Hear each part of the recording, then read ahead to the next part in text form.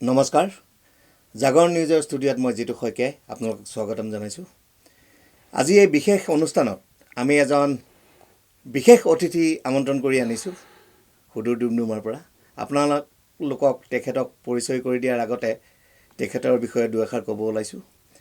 তেখেতৰ জীৱনত তেখেতে বাল্য সময়ৰ পৰাই তেখেতে ক্ৰীড়াৰ লগত জড়িত, ফুটবল খেলা, মাৰ্চেল আৰ্টছ, বিভিন্ন ধৰণৰ ক্ৰীড়াৰ লগত তেখেত জড়িত আৰু লগতে তেখেতে জাতীয়তাবাদী সংগ্ৰামখনত যুঁজ দি আহিছে।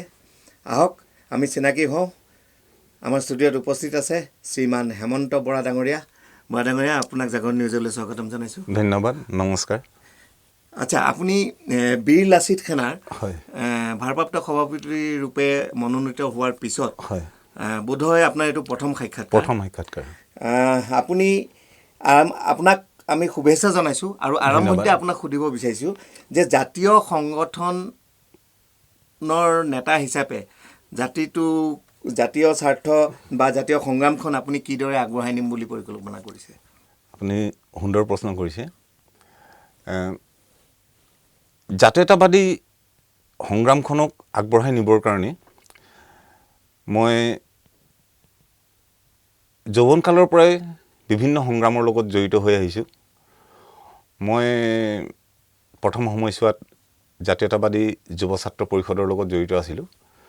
1994 চনৰ তিনিচুকীয়া অধিৱেশনত মই জাতীয়তাবাদী যুৱ ছাত্ৰ পৰিষদৰ সাংগঠনিক সম্পাদকৰ দায়িত্ব গ্ৰহণ কৰিছিলোঁ আৰু 1996 চনত লখিমপুৰ অধিৱেশনৰ পিছত যুৱ ছাত্ৰ পৰিষদৰ উপসভাপতি হিচাপেও দায়িত্ব লৈছিলোঁ। সেই তেতিয়াৰ পৰাই জাতীয়তাবাদী সংগ্ৰামখনৰ লগত মই বিভিন্ন ধৰণে জড়িত, যদিও মাজৰ সময়ছোৱাত মই এই সংগ্ৰামখনৰ পৰা কিছু আঁতৰি আছিলোঁ।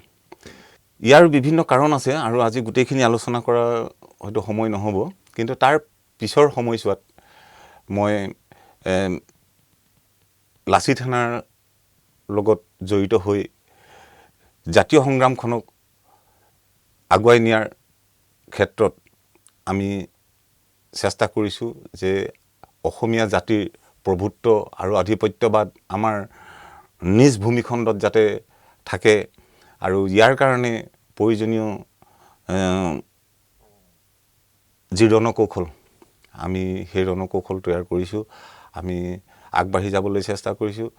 জাতিটোক ৰাজনৈতিক দিশত, অৰ্থনৈতিক দিশত সকলো ক্ষেত্ৰতে জাতীয় অধিকাৰ আৰু প্ৰভুত্ববাদ ৰক্ষাৰ কাৰণে আমি কাম কৰি গৈছোঁ আৰু আশা ৰাখিছোঁ যে ভৱিষ্যতলৈ আমাৰ এই সংগ্ৰামখনে এক তীব্ৰ ৰূপ ল'ব আৰু ইয়াত ভাগি পৰিব খোজা, ৰাজনৈতিক চক্ৰান্তত, ষড়যন্ত্ৰত ধ্বংস হ'ব খোজা অসমীয়া জাতিৰ মানে এক শক্তিশালী অৱস্থানলৈ আহিব পাৰিব বুলি আশা ৰাখিছোঁ। বৰ্তমান সময়ত দেখা পোৱা গৈছে অসমৰ খিলঞ্জীয়া জাতিসমূহ অস্তিত্বৰ সংকটৰ সন্মুখীন হৈছে।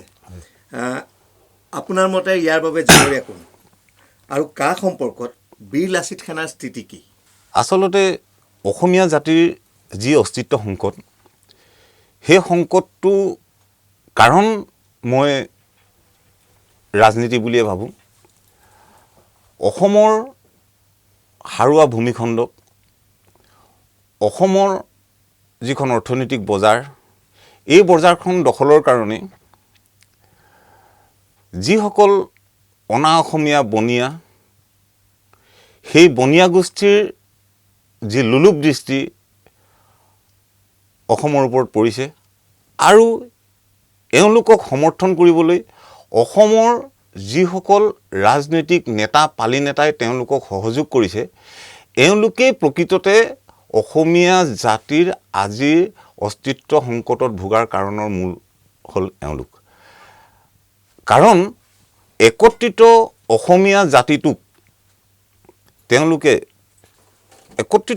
জাতিটোক তেওঁলোকে ভয় কৰে এই কাৰণেই যে তেওঁলোকৰ যি লুণ্ঠন, এই লুণ্ঠনৰ স্বাৰ্থত বণিক গোষ্ঠীৰ হৈ অসমীয়া ৰাজনীতিবিদসকলে আজিলৈকে যি ধৰণৰ ভূমিকা তেওঁলোকে গ্ৰহণ কৰি আহিছে, অসমীয়া জনগোষ্ঠীসমূহৰ মাজত বিভেদৰ ভাৱ সৃষ্টি কৰি অসমীয়া জাতিটোক ঠান বান কৰি পেলোৱাৰ কাৰণেই আজি আমি অস্তিত্বৰ সংকটত ভুগিবলগীয়া হৈছে। মই আপোনাৰ ভাবোঁ এই উত্তৰটোৰ মাজতে মই সুধোঁ, যিহেতু আপুনি কৈছে যি বণিক গোষ্ঠী, অনা অসমীয়া ভাৰতীয় বণিক গোষ্ঠী, হয় বণিক গোষ্ঠীয়ে অসমত চকু দি যি নিজৰ লাভালাভৰ কাৰণে আমাৰ ৰাজনীতিকসকলেও, অসমৰ ৰাজনীতিকসকলেও তেওঁলোকক সমৰ্থন দিছে। হয় এই এতিয়া এটা কথা আলোচনা হৈ আছে বা সংবাদ মাধ্যমতো আমি দেখা পাইছোঁ যে আমাৰ গোপীনাথ বৰদলৈ বিমানবন্দৰ যিখন আছে, গোপীনাথ হয় বৰদলৈ অৰিহণা অসমৰ, আমি জনাত অসমৰ যি অৰিহণা, হয় হয় তেওঁ সেইটো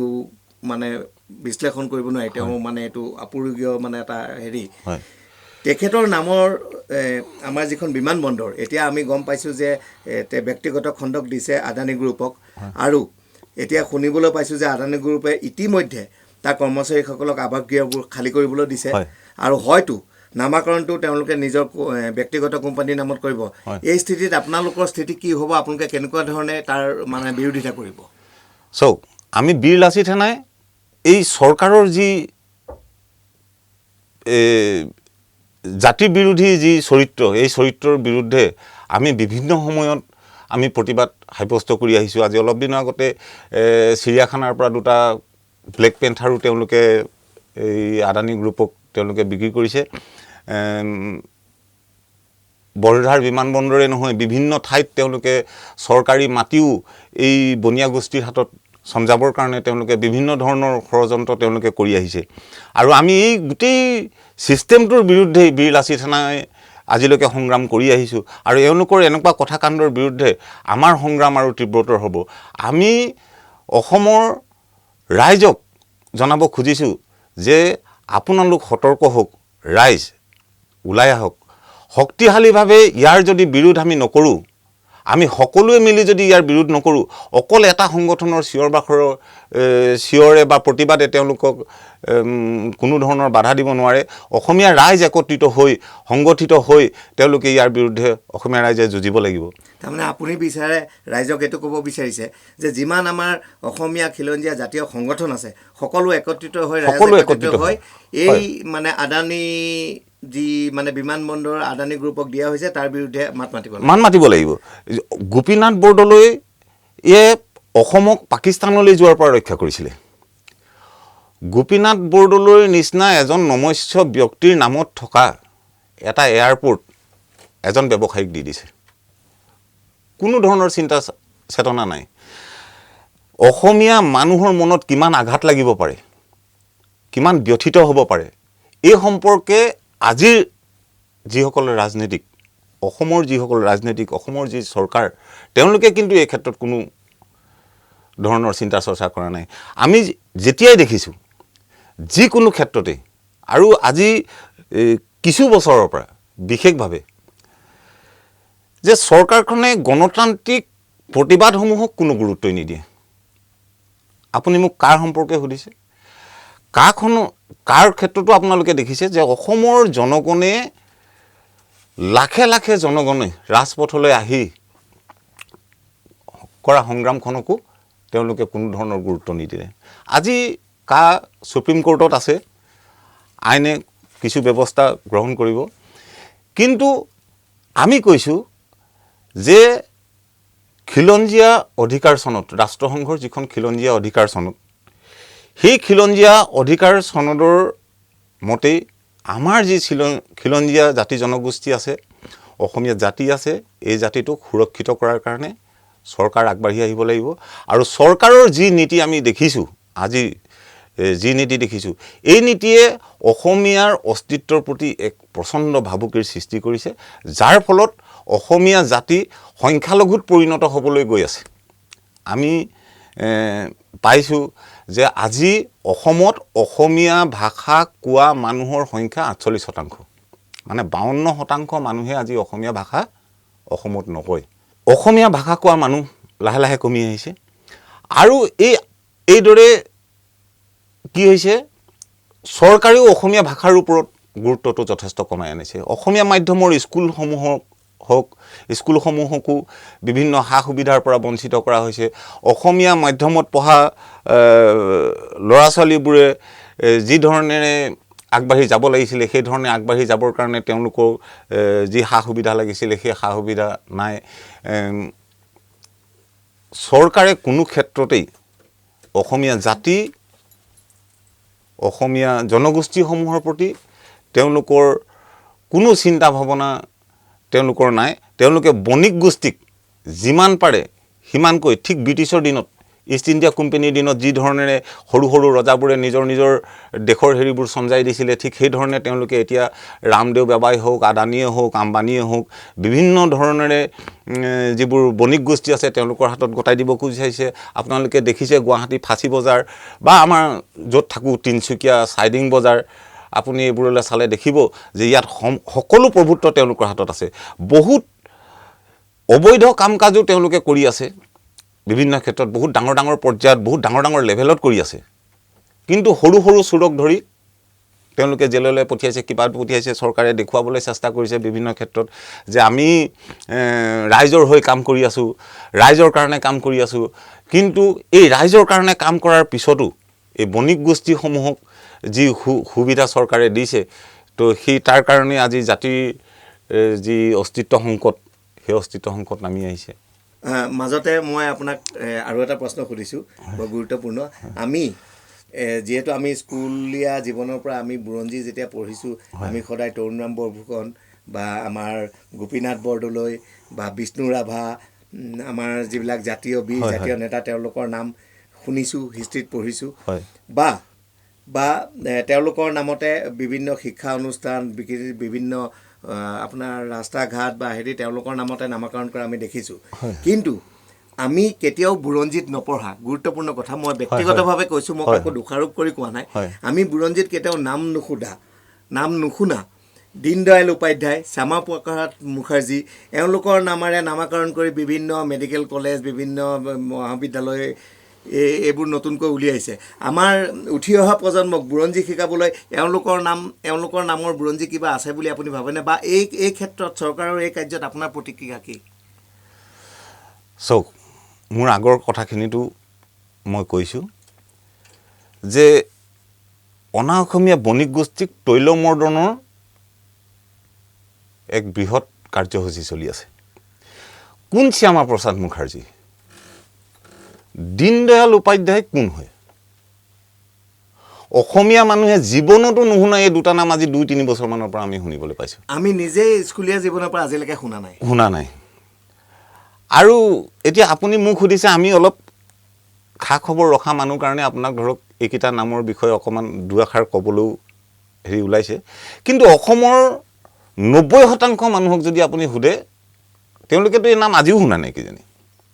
চৰকাৰে বিভিন্ন ধৰণে প্ৰচাৰ চলাইছে। আগতে কলেজ বনাবলৈ গৈছিলে, তেওঁলোকৰ নামত কিবা ৰাস্তা ঘাট, কিবা ভৱন আজি ইত্যাদি চৰকাৰে নিজৰ উদ্যোগত আৰু নিজাববীয়াকৈ বুৰঞ্জী বনায়। নিজাববীয়াকৈ তেওঁলোকে কিছু বুৰঞ্জী বনাইছে। আজি অলপ দিনৰ আগতে আপুনি শুনিছে যে শ্যামা প্ৰসাদ মুখাৰ্জীয়ে অসমীয়া ভাষাৰ কাৰণে তেওঁ সংগ্ৰাম কৰিছিল। মই এনেকুৱা সংগ্ৰামীৰ কথাটোতো আগতে নাজানো। আৰু যেতিয়া কলিকতা বিশ্ববিদ্যালয়ত স্নাতকোত্তৰ লেভেলত অসমীয়া ভাষাৰ পাঠ্যক্ৰম আছিল সেই সময়ত, তো সেই সময়ত শ্যামা প্ৰসাদ মুখাৰ্জী ইউনিভাৰ্চিটিতে নাছিলে।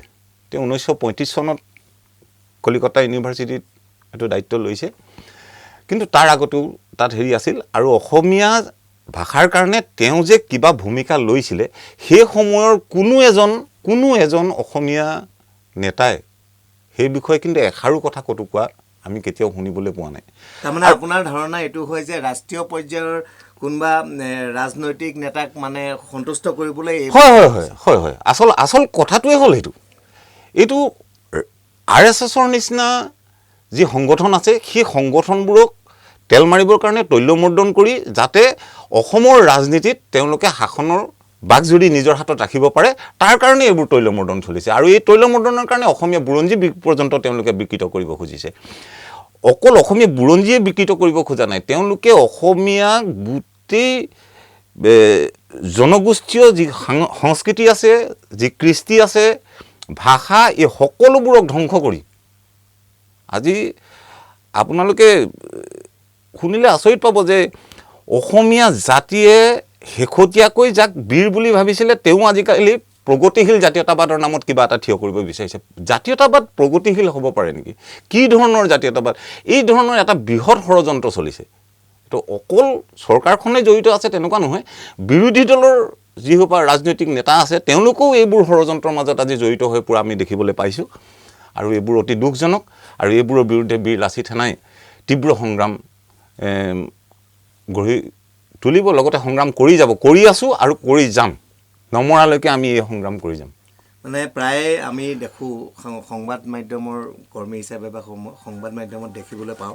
যে প্ৰায়ে দেখা যায় আপোনাৰ আপুনি যিহেতু এতিয়া কৈছে যে এই চৰকাৰৰ এনেধৰণৰ পদক্ষেপে মানে জাতি ধ্বংসৰ বাটটো মুকলি কৰিছে গতিকে এই যিটো চৰকাৰৰ আপোনালোকৰ মতে চৰকাৰে জাতি ধ্বংসৰ যি বাট মুকলি কৰিছে এই প্ৰচেষ্টাটো বন্ধ কৰাৰ কাৰণে বীৰ লাচিত সেনাৰ মানে ভাৰপ্ৰাপ্ত সভাপতি হিচাপে আপোনালোকৰ নিশ্চয় সদস্য নহয় বীৰ লাচিত সেনাৰ সৈনিক বুলি আমি জানো সৈনিকসকলক কেনেকৈ একত্ৰিত কৰিব আৰু কেনেকুৱা ধৰণৰ পদক্ষেপ ল'বলৈ আহ্বান জনাব চাওক আমি আমাৰ সৈনিকসকলক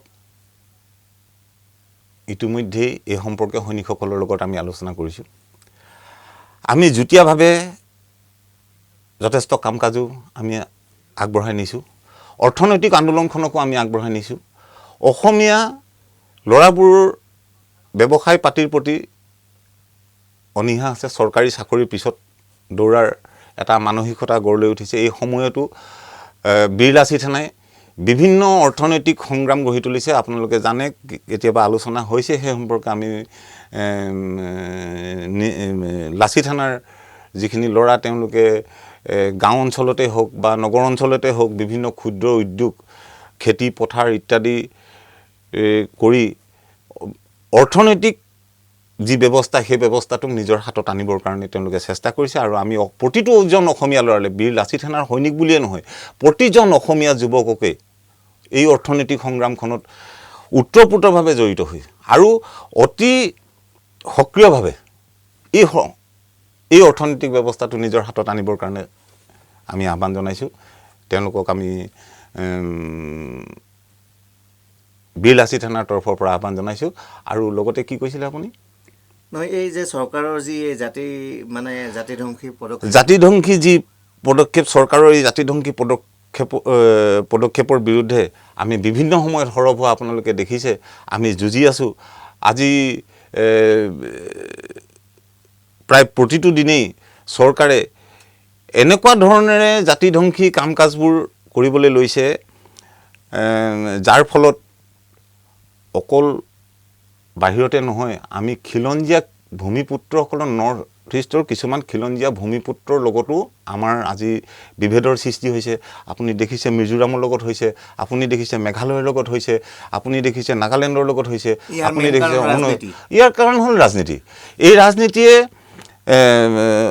অসমীয়া মানুহক মূল যিবোৰ সমস্যা এই সমস্যাবোৰৰ পৰা আঁতৰাই ৰাখিবৰ কাৰণে তেওঁলোকে কিছুমান সমস্যাৰ সৃষ্টি কৰে আজি দুদিনমান আগতে ভাৰতৰ গৃহমন্ত্ৰী উত্তৰ পূৰ্বাঞ্চললৈ আহিছে উত্তৰ পূৰ্বাঞ্চল ভ্ৰমণ কৰিছে তেওঁ ভ্ৰমণ কৰি যোৱাৰ পিছতেই মিজোৰামৰ সীমাত জুই জ্বলিছে আজি নাগালেণ্ডৰ সীমাত গৰ্বৰ হৈ আছে আজি অৰুণাচলৰ সীমাত গৰ্বৰ হৈ আছে বাংলাদেশী সমস্যাটো বা বিদেশী সমস্যাটোৰ সমাধানটোতো নহ'লেই তাক এনেকুৱা এটা ৰূপ দিয়া গ'ল যে ই যাতে কোনোদিন এই সমস্যাটোৰ সমাধানেই নহ'ব তেনেকুৱা ধৰণৰ এক বিশেষ প্ৰচেষ্টাহে গ্ৰহণ কৰা দেখা গৈছে NRC-টো চাওক আপুনি কি হ'ল 1600 কোটি টকা 1600 কোটি টকা খৰচ কৰা হ'ল NRC নামত 1600 কোটি টকা খৰচ কৰাৰ পিছত চিনাক্ত নহ'ল যি 40 লাখ তেওঁলোকে ওলাইছে বুলি ক'লে সেয়াও গৈ পিছত 19 লাখ হ'ল সেই 19 লাখৰো কি হ'ব তাৰ কোনো সিদ্ধান্ত তেওঁলোকৰ আজিলৈকে নাই বিভিন্ন সময়ত আজি মূল্য বৃদ্ধি ঘটিছে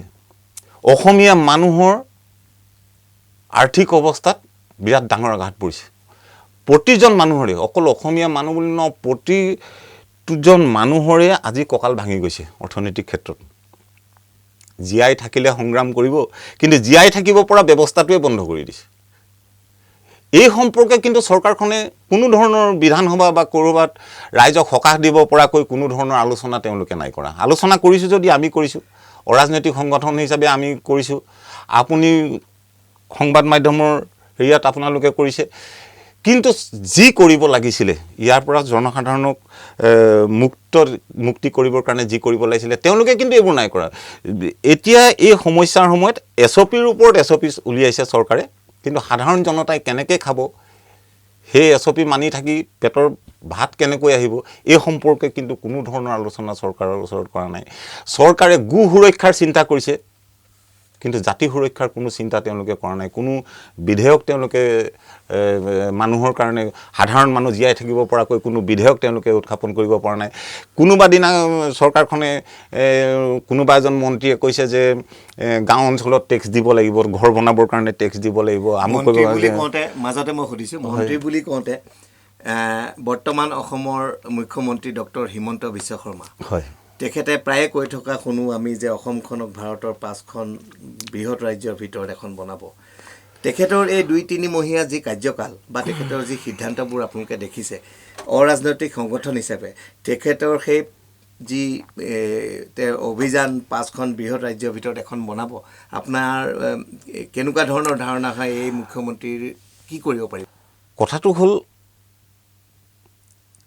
এনেকুৱা ধৰণৰ ফটা লেকচাৰ বুলিয়ে কৈছোঁ আমি বহু বছৰৰ পৰা শুনি আছোঁ বিভিন্নজনেও কৈছে নতুন মুখ্যমন্ত্ৰীজনেও কয় যোৱা এইখন চৰকাৰৰ আগৰ যি 3খন চৰকাৰ আছিল সেই 3খন চৰকাৰটো তেখেতে শিক্ষা ক্ষেত্ৰত শিক্ষাৰ মন্ত্ৰী আছিলে স্বাস্থ্য মন্ত্ৰী আছিলে আৰু আজি আপুনি চাওক যে অসমৰ শিক্ষা আৰু স্বাস্থ্যত অসম কেই নম্বৰত আছে ভাৰতবৰ্ষৰ ভিতৰত অহা 5 বছৰৰ ভিতৰত 5 নম্বৰলৈ লৈ যাব 5খন ৰাজ্যৰ ভিতৰলৈ আনিব তাৰ কাৰণেতো অলপ কিবা লক্ষণ দেখিলোহেঁতেন লক্ষণ কি দেখিছোঁ মন্ত্ৰীয়ে কিবা এটা কৈছে পিছদিনা মুখ্যমন্ত্ৰী সেইটো নাকচ কৰিছে আৰু এজন মন্ত্ৰীয়ে কিবা এটা কৈছে পিছদিনা মুখ্যমন্ত্ৰী সেইটো নাকচ কৰিছে কেবিনেটত তেওঁলোকৰ তালমিলেই নাই তেওঁলোকৰ কোনো ৰণকৌশল নাই যেতিয়াই থিয় হৈছে কোনোবাই কিবা এটা সুধিছে ভাল লগাকৈ খালি কথাটো কৈ দিছে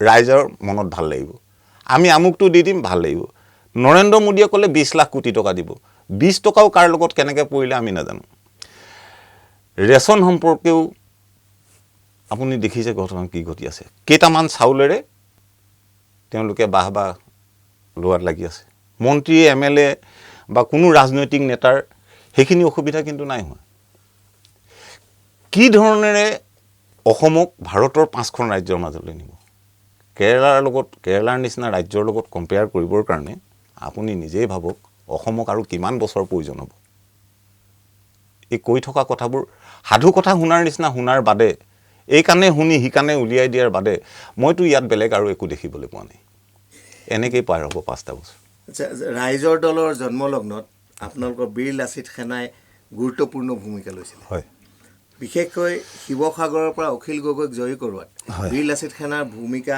অতি গুৰুত্বপূৰ্ণ আছিল হয় অখিল গগৈ ডাঙৰীয়াই সাক্ষাৎকাৰত কৈছে যে তেওঁ মানে প্ৰগতিশীল বাওঁ আদৰ্শৰে প্ৰগতিশীল জাতীয়তাবাদক তেওঁ বিশ্বাস কৰে মানে অসমত অসমীয়াৰ খিলঞ্জীয়া মানে জাতীয়তাবাদৰ সলনি তেওঁ মানে নেতৃত্বহে বিচাৰে এই প্ৰসংগত আপোনালোকৰ প্ৰতিক্ৰিয়া কি আমি বীৰ লাচিত সেনাই বহুত আশা কৰিছিলোঁ যে অখিল গগৈ নিচিনা এটা প্ৰতিবাদী সত্তাই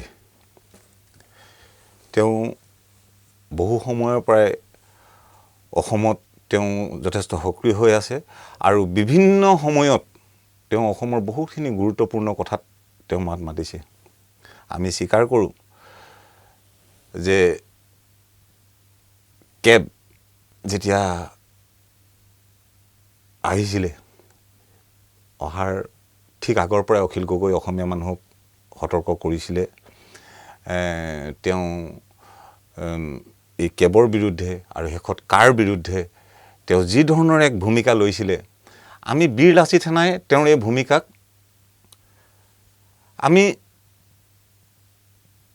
অসমীয়া খিলঞ্জীয়া প্ৰভুত্ববাদৰ স্বাধিকাৰৰ ক্ষেত্ৰত তেওঁৰ এক সবল নেতৃত্ব আমি আশা কৰিছিলোঁ তেওঁৰ এই ভূমিকালৈ চাই কিন্তু নিৰ্বাচনৰ পিছত তেওঁৰ যি ভূমিকা, তেওঁ যি ধৰণৰ কথা বতৰা ক'বলৈ আৰম্ভ কৰিছে, এই কথা বতৰাই আমাক যথেষ্ট হতাশ কৰিছে।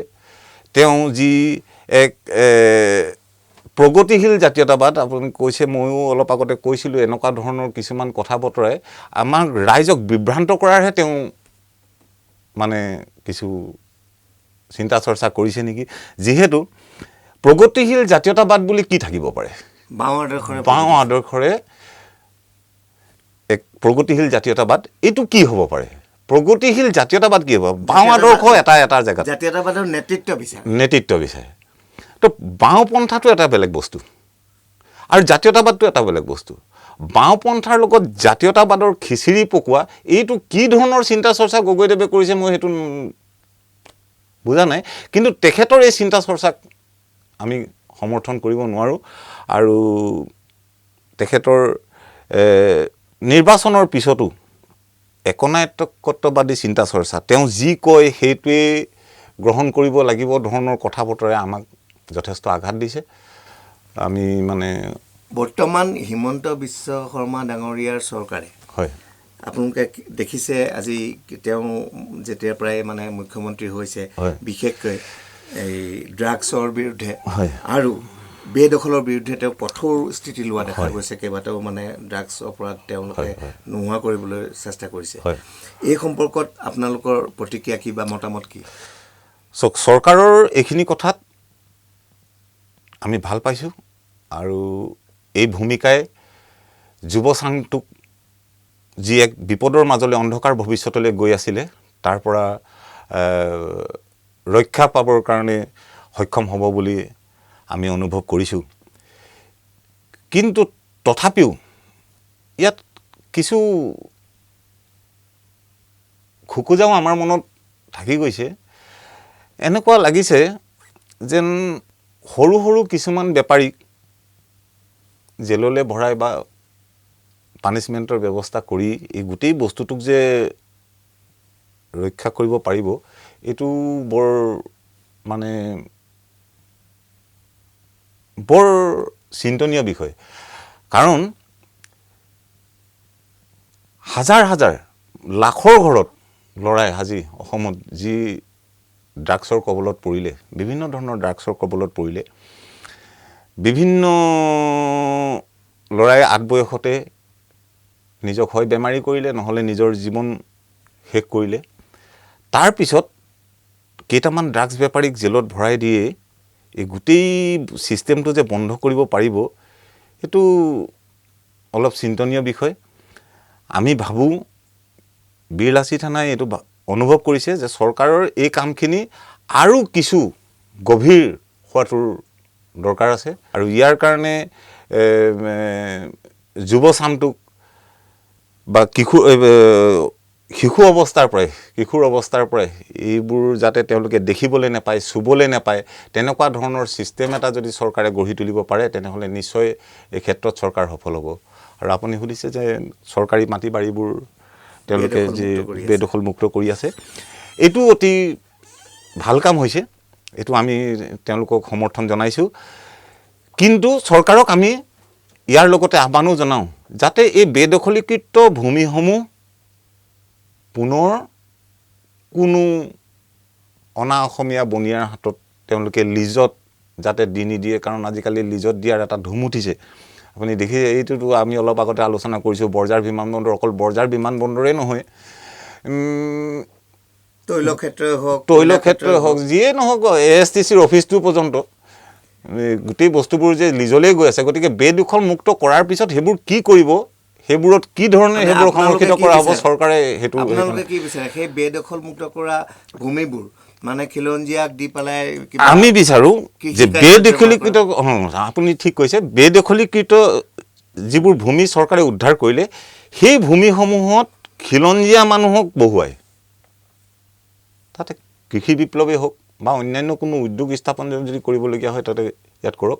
কাৰণ বান বিধ্বস্ত খিলঞ্জীয়া মানুহ মাথাউৰিৰ ওপৰত। আচ্ছা, এতিয়া মই অকণমান আপোনাৰ ব্যক্তিগত জীৱনলৈ আহোঁ।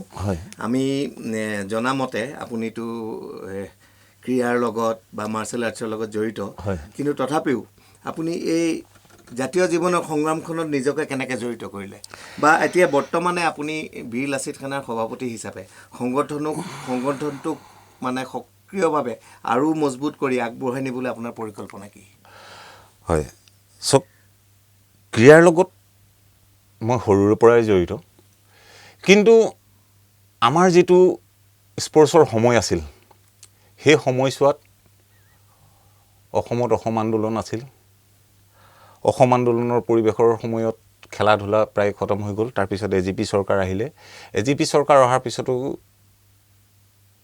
সেই কম সময়ৰ ভিতৰত 4-5 বছৰৰ ভিতৰত ক্ৰীড়া বা খেলক আগলৈ নিয়াৰ প্ৰচেষ্টা সেই সময়ত সেই চৰকাৰখনে নল'লে। তাৰ ঠিক পিছতে বজৰং অপাৰেশ্যন আহি পৰিলে 89ৰ লাষ্টত। আৰু এই ধৰণৰে কি হৈছিলে, অসমৰ ক্ৰীড়া জগতৰ যথেষ্ট ক্ষতি হৈছিলে। আমিবোৰে খেল ধেমালি ঠিক সেই ধৰণে যি ধৰণে আগবাঢ়িব লাগিছিলে সেই ধৰণে আগবাঢ়িব নোৱাৰিলোঁ। কিন্তু তাৰ পিছত অসমৰ পৰিৱেশ কিছু সলনি হ'ল। অসমীয়া যুৱকৰ, অসমীয়া কিশোৰৰ স্বাস্থ্য শাৰীৰিক আৰু মানসিকভাৱে শক্তিশালী কৰাৰ ক্ষেত্ৰত ক্ৰীড়াৰ যি ভূমিকা, সেই ভূমিকাক ৰাজনীতিবিদসকলে উপলব্ধি কৰিব নোৱাৰিলেও আমি কৰিছিলোঁ। আৰু সেয়েহে আপুনি এতিয়া প্ৰায় 54-55 বছৰ 56 বছৰ বয়সতো আপুনি এতিয়া 3-4খনকৈ মাৰ্চেল আৰ্টছৰ মানে প্ৰশিক্ষণ কেন্দ্ৰ আপুনি চলাই আছে। আপুনি নিজে প্ৰশিক্ষণ দি আছে। আপোনাৰ স্বাস্থ্যক আপুনি যথেষ্ট যত্ন লৈ আপুনি স্বাস্থ্যটো যথেষ্ট যত্ন লয়। আপুনি কি ভাবে এই এনেকুৱা ধৰণৰ ক্ৰীড়াৰ ক্ষেত্ৰত চৰকাৰে কেনেকুৱা ধৰণৰ ভূমিকা বা কেনেকুৱা ধৰণৰ মানে এটা পৰিকল্পনা ল'ব লাগে যাতে অসমৰ প্ৰত্যেকজন খেলুৱৈ, আপুনি জানে এতিয়া আজি আন্তঃৰাষ্ট্ৰীয় ক্ষেত্ৰতো লাভলীনা বৰগোহাঁইৰ নিচিনা অসম জীয়ৰীয়ে গৈ নাম কৰিছে। হয়, আছে। শিৱ থাপাই কৰিছে। হয়, চৰকাৰে কি কৰিলে আমাৰ লুকাই থকা সেই প্ৰতিভাবোৰ আনি পেলাই মজবুত কৰিব পাৰে? চৰকাৰে এক কথাটোতো যি দেখি আছোঁ, চৰকাৰে বাজেটতে ক্ৰীড়াৰ সেইটো গুৰুত্ব নিদিয়ে। চৰকাৰে যি বাজেট বনায়, ভাৰত চৰকাৰে হওক বা অসম চৰকাৰে হওক, ক্ৰীড়া ক্ষেত্ৰখনক বৰ বিশেষ গুৰুত্ব নিদিয়ে। আৰু এইবাৰো আপুনি যিখন বাজেট হৈ গ'ল কেন্দ্ৰীয় চৰকাৰ, তাত প্ৰায় 230 কোটি টকা বাজেটত কমায়ে দিছে। আগৰ বাজেটতকৈ 230 কোটি টকা তেওঁলোকে কমাই দিছে। চৰকাৰে কিছুমান কাম কৰে ক্ৰীড়াৰ ক্ষেত্ৰত কৰিছোঁ বুলি। ধৰক আগৰ বিগত যিখন চৰকাৰ আছিল সৰ্বানন্দ সোণোৱাল চৰকাৰ, সেই চৰকাৰখনেও পঞ্চায়তসমূহত ক্ৰীড়া ক্ষেত্ৰবোৰক, খেলপথাৰবোৰক ডেভেলপমেণ্ট কৰিবৰ কাৰণে কিছু ধনৰাশি দিছিল। কিন্তু চৰকাৰে সেই ধনৰাশিবোৰ দিয়ে আৰু সেইবোৰ ঠিকাদাৰৰ লগত মিলিজুলি চব শেষ হৈ যায়। সেই খেলপথাৰবোৰ কি হ'ল সেইবোৰৰ সম্পৰ্কে কিন্তু কোনো খবৰ নলয়। আমি দেখিছোঁ কিছুমান খেলপথাৰত তেওঁলোকে হাল বালে, মাটি পেলালে অলপ চলপ য'তে ত'তে, এতিয়া সেই মাটিবোৰো দমদম হৈ আছে, তাক খেলপথাৰৰ নিচিনা কৰি দিয়া নগ'ল। আগতে যি ধৰণে অলপ হ'লেও ৰাইজে মিলি নিজৰ হেৰিয়াত সমতল ভূমি বনাই লৈ খেলিছিলে, আমি প্ৰতিজন খেলুৱৈৰ বিষয়ে জানো। আজি লাভলীনাৰ বিষয়ে হওক বা আজি হিমা দাসৰ সম্পৰ্কে হওক, আপুনি শিৱ থাপাকে চাওক, তেওঁলোকে নিজৰ ব্যক্তিগত প্ৰচেষ্টাত গৈ বিশ্বজয় কৰিছে। আচ্ছা, খেল সম্পৰ্কে আপুনি কোৱাৰ বাবে মই কৈছোঁ, যিবোৰ বস্তু আমি বিগত কেইবছৰমানৰ পৰা দেখি আছোঁ ক্ৰীড়া জগতখনত, অসমে ঠিক আছে ষ্টেডিয়াম কেইবাখনো বনাইছে। বৰ্ষাপাৰাত আপুনি দেখিছিলে এখন খেল হৈছিলে, আন্তঃৰাষ্ট্ৰীয় বুলিয়ে ক'ব লাগিব যিহেতু তাত আন্তঃৰাষ্ট্ৰীয় খেলুৱৈও আছিলে। T20 খেল এখন, তাত মানে আমাৰ যিটো কাৰিকৰী দিশটো কিমান উন্নত ৰাইজে দেখা পাইছিলে। পিচ এখন শুকোৱা দৃষ্টি ব্যৱহাৰ কৰা এটা বৰ লাজ লগা কাহিনী হৈছিলে সেই সময়ত। আপুনি কি ভাবে এই টেকন'লজিবোৰ কেনেকৈ আগবঢ়াব লাগে আৰু চৰকাৰে কেনেকুৱা ধৰণৰ গুৰুত্ব দিব লাগে? চৰকাৰত এই সম্পৰ্কে প্ৰথম কথা চৰকাৰৰ সদিচ্ছা থাকিব লাগিব। চৰকাৰে দেশৰ শিশুসকলৰ, যুৱকসকলৰ শাৰীৰিক আৰু মানসিক ক্ষেত্ৰত গুৰুত্ব দিব লাগিব, যিদৰে বাহিৰৰ চৰকাৰবোৰে দিয়ে। শিশু অৱস্থাৰ পৰাই গঢ়ি নিবলৈ হ'লে প্ৰতিটো ডিষ্ট্ৰিক্টতে এখন ষ্টেডিয়ামৰ ন্যূনতম একোখন অত্যাধুনিক ষ্টেডিয়াম থকাটো দৰকাৰ। প্ৰতিখন পঞ্চায়তত খেলপথাৰ আৰু খেলৰ যি ন্যূনতম সামগ্ৰী, প্ৰশিক্ষণৰ সামগ্ৰী, সেইসমূহ থকাটো দৰকাৰ। আমি গুৱাহাটীত সৰুসজাই ষ্টেডিয়ামখন আছে, বৰ্ষাপাৰা আছে, নেহেৰু ষ্টেডিয়াম আছে, কিন্তু ইয়াৰ পৰা ওলাই যোৱাৰ পিছত আপুনি আৰু একো দেখিবলৈ নাপায়। ষ্টেডিয়াম সৰ্বানন্দ সিংহ সৰ্বানন্দ সিংহৰ নামত মটকৰজা সৰ্বানন্দ সিংহৰ নামত তিনিচুকীয়াতো এখন ষ্টেডিয়াম আছে আপুনি ষ্টেডিয়ামখন দেখিলে এখন ষ্টেডিয়ামেই হয়নে যে নে আজি ৫,০০০ বছৰৰ পুৰণি এক ভগ্নাৱশেষ হয় আপুনি সেইটো ধৰিব নোৱাৰে সেইবোৰতো শ কোটি টকা খৰচ কৰিলে এটা সময়ত চিনেমা হলত চিনেমা চাবলৈ গ'লেও সেই ষ্টেডিয়ামৰ নামত এটা টেক্স লোৱা হৈছিলে বিভিন্ন ঠাইৰ পৰা টেক্সো উঠোৱা হ'ল কিন্তু ষ্টেডিয়াম আধৰুৱা হৈ পৰি থাকিলে আজি মানে এটা ধ্বংসস্তূপৰ নিচিনাকৈ অলপ হেৰি এটা আছে কিন্তু আপুনি ভাবক যে ইয়াৰ ঘাঁহনিত দৌৰি সুদা ভৰিৰে ঘাঁহনিত দৌৰি যেতিয়া ইয়াৰ এটা ল'ৰাই আন্তঃৰাষ্ট্ৰীয় খেলবোৰত বা ৰাষ্ট্ৰীয় খেলবোৰত চিন্থেটিক ট্ৰেকত দৌৰিবলগীয়া হয় আপুনি নিজে অনুভৱ কৰক সি কেনেকুৱা হেৰিয়ালৈ যায় তাৰ যি প্ৰতিভা সেই প্ৰতিভা দেখুৱাবৰ সময়ত সংকুচিত হৈ পৰে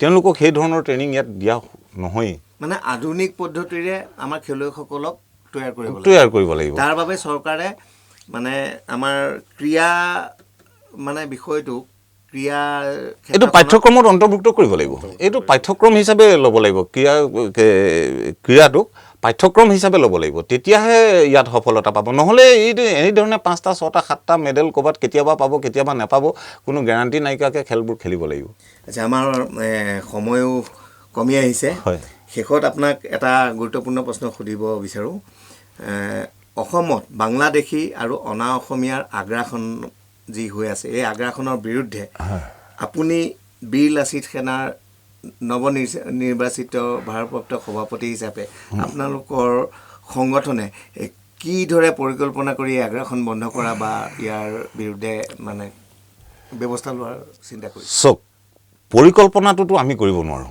পৰিকল্পনা কৰিব লাগিব চৰকাৰে আৰু চৰকাৰে ৰাষ্ট্ৰসংঘৰ যি খিলঞ্জীয়া অধিকাৰ চনদ এই খিলঞ্জীয়া অধিকাৰ চনদৰ ওপৰত ভিত্তি কৰি অসমৰ ভূমি আৰু ৰাজনৈতিক অধিকাৰৰ কাৰণে বিধানসভাত প্ৰস্তাৱ পাছ কৰি চৰকাৰে আইন তৈয়াৰ কৰিব লাগিব যেতিয়ালৈকে এখন চৰকাৰে বিধানসভাত তাক পাছ কৰাই নানিব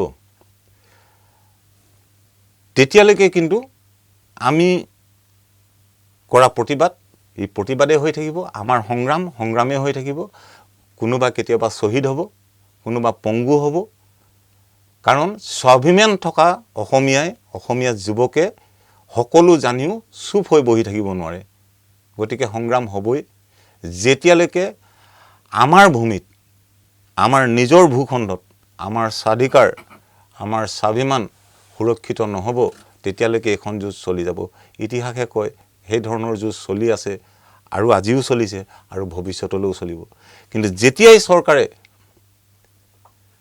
আমাৰ ওচৰ চুবুৰীয়া ৰাজ্যকেইখনৰ নিচিনাকৈ নিজৰ ৰাজ্যক সুৰক্ষিত কৰিবৰ কাৰণে অন্তঃকৰণেৰে কাম কৰিব নিশ্চয় এখন সংগ্ৰামৰ সফল সমাপ্তি ঘটিব বুলি মই ভাবোঁ মানে অসমত অসমীয়াৰ খিলঞ্জীয়াৰ স্বাৰ্থ স্বাভিমান আৰু অধিকাৰ অসমত অসমীয়াগিৰি ৰক্ষা কৰিবলৈ বীৰ লাচিত সেনা সদায় আগভাগ থাকিব নেতৃত্ব ল'ব ধন্যবাদ বৰা ডাঙৰীয়া আপুনি বহুমূল্য সময় উলিয়াই আমাক এইখিনি সময় দিয়াই আমাৰ ষ্টুডিঅ'ত অহাৰ বাবে আৰু আপোনাৰ ব্যক্তিগত তথা আপোনাৰ সাংগঠনিক জাতীয়তাবাদী যি চিন্তাধাৰা আপুনি ৰাইজৰ ওচৰত ব্যক্ত কৰিলে আশা কৰোঁ ৰাইজে ভাল পাইছে আৰু আপোনাক শুভেচ্ছা জনাইছোঁ অসমীয়া জাতিৰ কাৰণে আপোনালোকৰ যি অৰাজনৈতিক চৰিত্ৰ আপোনালোকৰ সংগ্ৰাম চলাই যাওক আমাৰ শুভকামনা থাকিল ধন্যবাদ ইয়াকে কয় মই জিতু শইকীয়াই জাগৰণ নিউজৰ ষ্টুডিঅ'ৰ পৰা বিদায় লৈছোঁ নমস্কাৰ